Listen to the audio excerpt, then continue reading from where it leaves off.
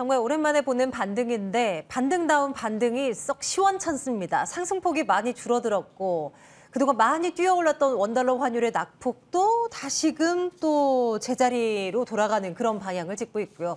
시장 이슈 어떻게 봐야 되고 시장에 대한 판단은 또 어떻게 내려야 할지 이분과 함께 이야기 나눠보도록 하겠습니다. 유한타증권 영업부 송태영 과장과 오늘 함께하는 날이에요. 어서 오십시오, 과장님. 네, 안녕하세요. 네. 일단은 오늘 밤부터 진행이 될 잭슨홀 회의에서 무슨 이야기가 과연 나올까? 여기에 이제 시장은 집중하는 듯 보여요. 뭐 별다른 이벤트가 없는 가운데서 계속 뭐 연준 긴축에 대한 우려감만 계속 더해지고 있었던 지난 어제까지의 흐름이었고 오늘도 사실 뭐 지속되고 있다고 봐도 될 것 같은데요. 시장 평가 오늘 어떻게 하십니까?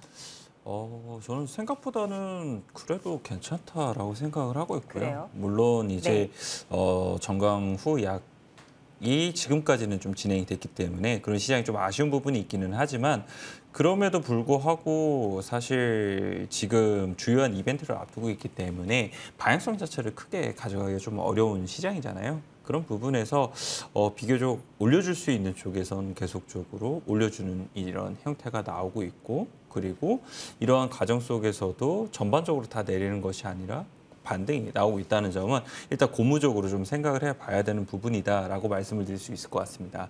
하지만 이제 글로벌 매크로 변수 같은 경우에도 추가적으로 조금 더 안정화되는 흐름이 나와야 될 것 같은데 일단 환율적인 측면에서도 말씀하신 것처럼 하락해서 출발을 하기는 했지만 다시 한번 제자리로 좀 돌아오는 뭐 이러한 이제 그림이 나오고 있고요. 천연가스 가격 같은 경우에도 추가적으로 완화되는 그림이 나와줘야지만 사실상 시장에서 부담감이 좀 줄어들기 때문에 그런 부분도 더욱더 필요하다라고 보시면 될 것 같습니다. 그리고 요 근래 이제 시장을 보게 되면은 워낙 이 소수의 종목들만 강하게 올라가게 되는 이런 맞아요. 앞전과 같은 수익률이 상당히 많이 나오고 있는데요. 네. 이러한 흐름 자체가 시장이 본격적으로 반등이 나오기 전까지는 계속 이어질 가능성이 상당히 높다라고 판단을 해볼 수가 있는 것 같고요. 특정 섹터라든지 이런 쪽으로 사실상 포모 심리가 계속 발동이 되고 있거든요. 그러한 점이 이러한 종목들을 더욱더 강하게 올려주는 것이 아닌가라고 생각을 해볼 수 있는 것 같습니다. 네, 시장의 타조 이방원 뭐 이 얘기 많이 돌잖아요. 딱 그 섹터에 있는 종목들이 오늘 시장에서도 부각되며 올라가는 것 같아요. 물론 오늘 뭐 태양과 몇몇 종목들은 또 쉬어갑니다만 그래도 전반적인 매가 이쪽으로 확 쏠리면서 이 안에서 돌아가면서 계속 올라가는 그런 모습인데요. 조금 이런 시장 투자자들의 관심에서는 다시금 좀 벗어나 있지만 여전히 괜찮을 것으로 예상되는 섹터가 바로 자동차 아니겠습니까? 자동차 가운데 자동차 섹터를 이끌고 있는 현대차 쪽에 또 이슈가 들어와 있어서 요거 좀 점검을 해보려 해요. 현대차 정의선 회장이 긴급 미국 출장길에 올랐다는 소식이 전해졌습니다. 최근에 이제 미국의 전기차 보조금 지원에서 현대차의 차종, 주력 차종들이 빠졌다 이러면서 이제 큰일 났다, 이제 가격 경쟁력에서 밀린다, 뭐 이런 이야기들이 참 많이 나왔는데요. 이번 이 출장길에서 어떤 해답을 찾을 수 있을지 모르겠습니다. 이 이슈는 좀 어떻게 들여다봐야 될까요? 일단은 모멘텀적인 측면에서 좋지는 않겠죠. 확실하게. 이 관련돼서 법안에서 세제 혜택을 받을 수 있는 이 차종 명단에서 빠지게 되면서 말씀하신 것처럼 가격 경쟁력이라든지 이런 부분이 불리해질 수밖에 없는 부분이고 그런 것이 결국은 영업이익률에 대한 하락으로 이제 나올 것이기 때문에 과연 이러한 이제 부분에 대한 이 효과가 어느 정도나 더 확대가 될지는 일단 지켜봐야 될 것 같습니다. 아직까지는 사실 관련돼서 판매에 대한 수치라든지 이런 게 나오지 않았기 때문에 네. 우리가 불확실성에 대한 우려 혹은 두려움 때문에 사실상 하락이 좀 진행이 된 부분이 있었다라고 보시면 될 것 같고요. 이 관련돼서도 외국계에서 리포트가 상당히 계속적으로 나왔었는데 이 단기적으로 보게 되면은 이 현대차, 기아차 관련돼서는 중립 내지는 영업이익률에 대한 하락으로 사실상 평가를 하고 있는 부분이 많습니다. 가격 경쟁력이 이제 떨어지게 되면은 결국은 그것을 채워 쌓아놓기 위해서 또 다른 인센티브 관련돼서 더욱더 많은 부분 지급을 해야 되기 때문에 그러한 관련돼서 더 영업이익률에 대한 부분이 줄어들 수밖에 없다라고 얘기를 하고 있고요. 하지만 장기적인 관점에서는 사실상 이러한 IRA 법안이 뭐 수정이 된다거나 아니면 네. 실효성에 대한 부분이 계속적으로 이야기가 나올 수 있기 때문에 수혜를 받게 될 것이다라는 평가가 상당히 많아요. 그래서 네. 그런 점을 생각을 해봤을 때는 일단은 단기적으로 우려감이라든지 이런 부분이 이런 수급적으로 발현이 되게 되면서 좋지 못한 흐름이 나오고 있다. 이 정도로서 보시면 될 것 같고요. 이것은 모멘텀적인 측면에서 차츰차츰 풀려가게 될 텐데 그런 부분은 3분기 실적에서 한번 기대를 한번 해보자라고 말씀드리고 싶어요. 네. 네, 왜냐면은 사실 3분기에 대한 실적을 보게 되면은 하반기 때 이제 차량 반도체에 대한 공급 부족 현상이 완화가 어느 정도 되면서 생산이 더욱더 많이 될 것이다라고 이야기가 나왔던 부분이 있었었고 2분기 때 실적이 잘 나왔던 원인 중에 하나가 사실 고환율이었었잖아요. 그러니까요. 그런데 그때보다 고환율이 지금 더 올라갔단 지금부터 말이에요. 더 올라갔으니까 거기에 관련돼서도 추가적으로 환율 효과가 더욱더 많은 부분 계상이 될 수 있다. 그리고 지금 이 날짜를 보게 되면은 7, 8, 9 중 8월 중반이 넘어가고 있다. 라는 네. 점을 생각을 해보게 됐을 때는 9월 달까지 이런 환율에 대한 부분이 그닥 크게 변화가 나오지 않는다는 가정 하에서는 실적에 대한 기대감이 다시 한번 더 일으켜질 수 있을 것 같고 그렇게 되면 9월 한 중순 때부터는 이런 실적에 포커스가 맞춰지게 되면서 자동차주들이 전반적으로 다시 한번 더 강한 반등세가 나올 수 있지 않을까 이렇게 생각을 하고 있습니다. 그렇게 된다라면 지금의 현재 주춤하고 있는 자동차 완성차 업체들이 주가가 싸다. 지금 현재가 싼 시기일지도 모르겠습니다. 어쨌거나 지금 말씀 주신 대로 환율 효과가 3분기 실적에 반영된다면 7월, 8월도 이제 어느덧 다 갔으니까 얼추 이제 거의 뭐 충분히 반영되고도 남을 만한 시간은 이제 흐른 거란 말이에요. 이렇기 때문에 3분기 실적에 대한 기대감도 가져봅니다. 그리고 또 하나요. 이것도 좀 챙겨주세요. 차량 반도체 팹리스 스타트업인 보스 반도체에 투자를 결정한다라는 소식도 있더라고요. 그동안 이제 반도체 쇼티지에 이제 발목이 묶여 있었던 상황이었는데 반도체를 이제 내재화하겠다. 거기에 이제 속도를 가하겠다. 뭐 이런 식으로 이제 해석을 해볼 수 있는 건지요. 일단은 뭐 주가에 미친 영향은 사실 거의 없다라고 지금 일단 보시는 게 맞을 것 같은데 상황 자체가 계속적으로 이러한 차량 반도체 관련돼서 내재화를 생각을 할 수밖에 없었던 상황이 한 2, 3년 정도 되다 네. 보니까 그런 부분에 이제 투자가 단행이 되게 되고 이러한 뉴스가 나온 것이 아닌가라고 생각이 되고 있습니다. 사실 코로나 때부터 이제 차량 반도체에 관련돼서 공급 부족 현상이 아직까지도 확실하게 풀리지는 않고 있잖아요. 그런 부분에서 일단은 첫 번째로 이러한 이 차량 반도체에 관련된 이 투자의 니즈가 생겨났다라고 보시면 될 것 같고요. 두 번째 같은 경우에는 이제 우크라이나 전쟁이 발발을 하게 되면서 경제가 전반적으로 블록화 현상이 이제 나오기 시작을 하게 되잖아요. 그런 부분에서도 사실상 나중에 어떻게 될지 모른다는 이런 막연한 맞아요. 불안감 이런 네. 부분이 생길 수가 있다는 게 두 번째인 것 같습니다. 그리고 세 번째 같은 경우에는 결국은 이제 이 차량용 관련돼서 뭐 자율주행이라든지 아니면은 로봇이라든지 AI 관련된 부분이 더욱더 많은 부분 이제 들어가게 될 텐데 이 차량용 반도체 관련돼서 경쟁력을 가지고 있느냐가 결국은 사실상 자동차 판매에 있어서 경쟁력으로 이런 나타나게 가능성이 상당히 높기 때문에 그런 부분까지 생각을 해봤을 때는 지금 자연스럽게 자동차 업체라면 이러한 차량용 반도체 관련된 기업에도 투자를 하는 것이 맞지 않을까라고 생각을 할 수 있는 것 같고요. 그 외에도 이제 현대차 그룹의 행보를 보게 되면은 관련된 기업들에 계속적으로 지금 투자를 더욱더 확대를 하고 있거든요. 네. 그러한 관점에서 현대차가 향후 자율주행이라든지 아니면 미래 산업 관련돼서 퍼즐을 많이 이제 만들어가고 있는데 그 중에 퍼즐의 한 조각이 되지 않을까라고 생각을 하고 있습니다. 지금 현대차만 놓고 보면 주가가 한 18만 원대 중반인데요. 과장님 같으면 이 정도면 포트폴리오에 좀 담아볼 의향이 있으세요?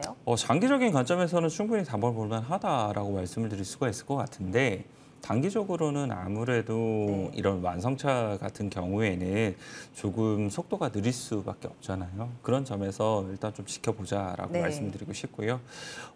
이제 만약 실적에 대한 모멘텀이 추가적으로 이야기가 나오게 되면은 완성차도 완성차인데 차량용 부품주들이 더욱더 좋을 수 있는 부분이 있거든요. 특히나 이제 이 차량 대수의 생산이 더욱더 확대가 된다. 여기에 초점이 맞춰지게 되면서 차량용 이 부품주들이 한번 랠리가 나왔던 적이 있었는데 지금 완성차 업체가 주가 조정을 받게 되면서 같이 조정을 좀 받고 있어요. 그래서 네. 이런 부분에서 생각을 해봤을 때는 같은 투자의 아이디어라면 이쪽이 조금 더 상승폭이 더 많지 않을까 이렇게 생각하고 있습니다. 네, 좋습니다.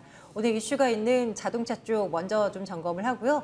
그리고 앞서서 이제 돌아가면서 올라가고 있다고 했던 그 태조 이방원 가운데 태조 이방 보겠습니다. 방산 쪽 들여다보려 하는데요. 와, 진짜 강하죠. 돌아서면 떠오르고 하는 것 같아요. 그러면서 현대 로템이나 와, 올라가는 거 보세요. 오늘도 17% 가까운 상승. LIG 넥스원도 또 신고가, 두 종목 모두 신고가를 기록하고 있는 상황이고요. 그 외의 종목들도 흐름이 참 강합니다. 폴란드발 수주 잭팟, 또 모로코, 이집트와의 협업도, 이 수주도 스물스물 좀 가시화되고 있는 그런 이슈들이 좀 나오고 있는 것 같기도 하고요.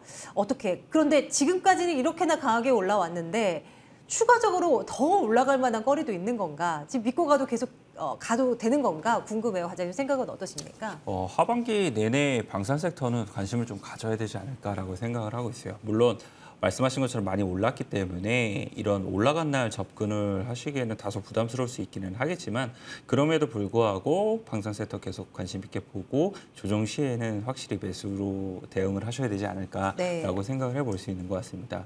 일단 수주에 대한 모멘텀이 계속적으로 이어지고 있고 그에 기반을 해서 실적적인 측면이 다른 섹터들 같은 경우에는 실적 둔화에 대한 우려가 상당히 높은데 이 방산 섹터 같은 경우에는 실적이 대부분의 업체들이 증익이 좀 되고 있거든요. 그러한 점이 계속 이런 실적에 대한 희소성으로서 수급이 몰릴 가능성이 상당히 높다라고 보시면 될 것 같고요. 우크라이나 전쟁이 사실상 언제 끝날지를 우리가 알 수가 없잖아요. 진짜 일찍 끝날 줄 알았거든요. 네, 저도 일찍 끝날 줄 이 알았는데 정도까지는 몰랐죠. 뭐 이미 내년을 넘길 수도 있다는 점을 그러니까요. 생각을 해보게 네. 되었을 때에는 계속적으로 이런 각국이 군비 증강에 대한 이러한 흐름이 더욱더 이어질 가능성이 상당히 높고요. 군비 증강을 하게 되면은 아무래도 방산 관련돼서 생산을 해낼 수 있는 국가로에 대한 수주는 더 몰릴 수밖에 없다라고 보시면 될 것 같습니다. 이 방산 섹터가 생각보다 우리나라 경쟁력이 세계에서도 10위권 안에 들어가고 있고요. 우리나라가 가장 잘하는 것이 사실상 가성비 전략이잖아요. 네. 그런 가성비적인 전략에서 보게 된다 하더라도 국내의 방산은 상당히 경쟁력을 가지고 있다. 이 점을 생각을 해봤을 때는 충분히 향후에도 수출에 대한 모멘텀은 더욱더 나올 가능성이 있다라고 보시면 될 것 같고요. 연말에는 사실 지금 중동 쪽에서 수출에 대한 부분이 상당히 더욱더 많이 나올 것으로 예상이 되고 있어요. LIG 넥스원 같은 경우에도 연말 이전까지 이 중동에서 추가적으로 수주가 나올 것으로 예상이 되고 있고요. K9 자주포 관련돼서도 이집트하고 이제 공동 생산을 하고 있는데 이 이집트가 공동 생산을 하게 되다 보니까 이집트뿐만 아니라 이집트 주변에 있는 중동 국가라든지 아프리카의 국가들에게 이집트가 먼저 나서서 협상을 진행을 해주는 거죠. 그래서 네. 판매를 사실상 하게 되면은 이 양국 모두 다 이제 수익을 받게 될 거니까 그런 부분에서 더욱더 많이 늘어날 수 있는 부분은 많다라고 보시면 될 것 같고요. 그 외에도 한국항공우주 같은 경우에도 말레이시아에서 수출이 지금 확정이 나야 될 부분이 하나 또 가지고 있거든요. 하반기에. 그런 관점에서 일단은 방산 섹터들은 계속적으로 관심 있게 좀 보자라고 말씀드리고 싶습니다. 그 중에서도 뭘 봐야 될까요? 사실 신고가 기록한 종목들은 그냥 조정이고 뭐고 그냥 조금씩 사서 올라타면 된다라는 이야기도 하시는 분도 계시고요. 조금 덜 오른 종목들을 중심으로 좀 보라라는 분들도 계신데 과장님은 어떤 쪽에 좀 한 표를 던지세요. 일단은 대표적으로 수주가 계속적으로 나올 수 있는 이러한 추리는 기업들, 작업이 일단 필요하다. 예, 네. 필요하다라고 말씀드리고 싶고요. 저는 LI 넥스원이라든지 아니면 한국항공우주 계속적으로 관심 있게 보시는 게 좋을 것 같아요. 대표적인 종목에서는. 네. 그래서 이 두 종목을 좀 말씀을 드리고 싶고요. 나는 너무 올라가서 이런 종목들 조금 접근이 부담이다. 어렵다라고 이제 말씀을 하시는 분들이라면 네. 조금 더 이제 방산에서 스몰캡 종목들이 있거든요. 예를 들어서 뭐 S&T 중공업 같은 경우에는 이제 이 전차 관련돼서 이제 엔진이라든지 이런 거를 향후에 만들어 줄 것으로 예상이 되고 있기 때문에 내재화되고 있기 때문에 그런 부분에서 충분히 접근을 해볼 만하다라고 말씀을 드릴 수 있을 것 같고요. 그 외에도 뭐 제노코라든지 이런 기업들까지 조금 더 관심을 가져보시는 것이 좋지 않을까 이렇게 생각이 되고 있습니다. 네, 관련해서 워낙 또 이제 관심들을 많이 갖고 지켜보시기에 또 방산주에 대한 이야기도 나눠보고 지나갑니다. 자, 그리고 이제 우리가 또 주목해볼 만한 이슈가 있습니다. 잭슨홀 미팅 회의 말고요. 그 엔비디아의 실적이 이제 예정이 되어 있습니다. 오늘 밤 이제 미 시장이 이제 끝나고 나면 관련 실적이 전해지지 않을까 예상되고 있는데요. 일단 월가에서는 게임 매출 둔화에도 불구하고 데이터 센터의 중장기 실적 전망을 이제 긍정적으로 내다본다 이런 보고를 어제 밤이었나요? 뭐 관련한 내용을 좀 내놓고 있더라고요. 어떤 전망을 해볼 수 있는지 그리고 국내에도 뭐 실질적으로 관련 업체들 영향을 받을런지 과장님 생각 궁금해요. 일단은 베스트 케이스 나오면은 월마트 같은 그림이 나오는 베스트 케이스이지 않을까. 월마트요. 네, 월마트가 그 전에 먼저 실적에 대한 경고를 하게 되고 네. 실적 발표를 했는데 낮아진 눈높이보다 좋게 나오게 되면서 그랬죠. 주가가 반등이 나왔었죠. 그랬죠. 그런 게 나오게 되면은 베스트한 네. 케이스가 되지 않을까라고 생각을 하고는 있는데 이미 실적에 대한 기대감이 상당히 많이 낮아졌었고요. 반도체 관련된 기업들이 중간중간에 실적이 좀 잘 나온 경우가 있었거든요. 그럼에도 불구하고 그러한 영향력 자체가 반도체 업황에 하루 이틀 정도로는 이 영향을 미쳤었는데 추가적으로는 사실 영향이 좀 미미했던 부분이 많았었어요. 그래서 이런 점을 생각을 해봤을 때는 국내 반도체 업황에도 미치는 영향력은 제한적일 가능성이 상당히 높다라고 보시면 될 것 같고요. 일단 데이터 센터 부분 같은 경우에는 그래도 견조한 이러한 수요가 있다라는 것이 사실상 엔비디아를 제외한다 하더라도 AMD에서도 그런 부분이 좀 잘 나타나고 있었거든요. 그래서 이번은 다시 한 번 더 확인을 하는 것이 되지 않을까라고 생각을 하고 있고 만약 엔비디아가 어닝 서프라이즈가 나오게 되면은 반도체 업황 관련돼서 네. 워낙 우려가 많았으니까 그런 우려가 경감이 되게 되는 이 정도 수준에서 좀 바라보시는 것이 맞을 수 있다라고 보시면 될 것 같습니다. 그래서 일단 그럼 단기적인 영향은 뭐 긍정적으로 볼 뭐 수 있다. 단기적으로는 필라델피아 반도체 지수가 예를 들어서 한 2, 3% 정도씩 올라가게 되면은 네. 그 다음 날 국내에도 그것이 반영이 되게 되면서 네. 아침에 상당히 강하게 움직일 가능성이 있을 테니까 그런 부분 관심을 가져보셨으면 좋을 것 같고요. 요즘 반도체 소부장 종목들 중에서도 조금씩 이야기가 나오고 있고 수급에 들어오는 종목들이 있어요. 뭐 예를 들어서는 소켓 관련돼서 ISC 관련돼서 이야기도 상당히 많이 나오고 있고 네. 소재 관련돼서도 동진세미캠이 생각보다는 수급이 들어오게 되면서 주가가 더 이상 무너지지 않는 흐름이 나오고 있거든요. 그래서 이런 기업들 조금 더 관심을 보이시는 것이 맞지 않을까 이렇게 생각하고 있습니다. 좋습니다. 이렇게 이슈가 좀 살아있는 그런 쪽들 중심으로 차곡차곡 한번 봤고요. 이제는 송태영 과장의 픽을 한번 들어보도록 할게요. 요즘 시장에서 그래도 이 섹터, 이 종목은 괜찮은 것 같다. 뭐 아이디어 없을까요? 다소 뻔할 수 있는 섹터 갖고 왔어요. 어떤 걸까요? 뻔하다? 원전 갖고 왔는데요. 완전 네. 정말 뻔하네요. 네. 그런데 하지만 그래도 여전히 지금도 늦지 않았다라는 건 거죠? 제가 가지고 온 이유는 그럼에도 불구하고 네. 요즘 수급적으로 계속 들어오고 있는 sek터가 아닌 쪽에는 아예 자금이 들어가지 오히려. 않기 때문에 네, 맞아요. 그런 그런 것 부분에 같아요. 있어서는 네. 결국은 이러한 주가 지수가 확실하게 상승이 나오기 전까지는 이런 섹터에 국한해서 매매를 하시는 것이 네. 더욱더 맞을 수 있다라고 맞아요. 생각을 이런 섹터 하고 지금 있습니다. 포트폴리오에 없으면 소홀받거든요. 네, 그래서 맞습니다. 시장도 못 가고 계속 밀리기만 하고요. 하지만 관련 종목들을 가지고 있다면 나름 뭐 그래도 뭔가 보험 하나 든 것 마냥 뭔가 이제 해지를 하고 해주고 있는 네, 그런 충분히 듯한 방어를 느낌은 하죠. 해줄 수 있다라고 네. 생각을 하고 있고요. 오늘 같은 경우에도 사실 신재생 에너지 쪽으로 네. 아침에 강하게 이제 몰렸었잖아요. 그런데 아침에 보게 되면은 원전 같은 경우에는 반대로 하락이 조금 많이 진행이 됐었습니다.